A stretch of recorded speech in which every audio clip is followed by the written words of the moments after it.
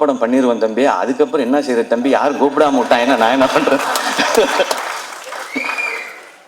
அப்பெல்லாம் இல்லைண்ணே, நீங்க ஃபர்ஸ்ட் போங்கண்ணே, உங்களுக்குள்ள இருக்க டேலண்டா அவர் வந்து வெளியில கொண்டு வந்துருவாருண்ணே. அதை பார்க்கும் பொழுது இங்க எல்லாருக்கும் தேவைண்ணே. இப்படி ஒரு சேது பிரதர் சொன்ன மாதிரி தான், இப்படி ஒரு முகம் வந்து தேவை எல்லாருக்கும். இந்த மாதிரி கதையை சொல்றதுக்கு நீங்க போங்க, அந்த எக்ஸ்பீரியன்ஸே நல்லா இருக்கும் அப்படின்னு சொல்லி அது எனக்கு கேட்கும் போதே சந்தோஷமா இருந்துச்சு. அப்போ நான் சொன்னேன், இதுதான் உங்க லைஃபோட பிக்கஸ்ட் டேர்னிங் பாயிண்ட், இந்த மொமெண்ட் தான்.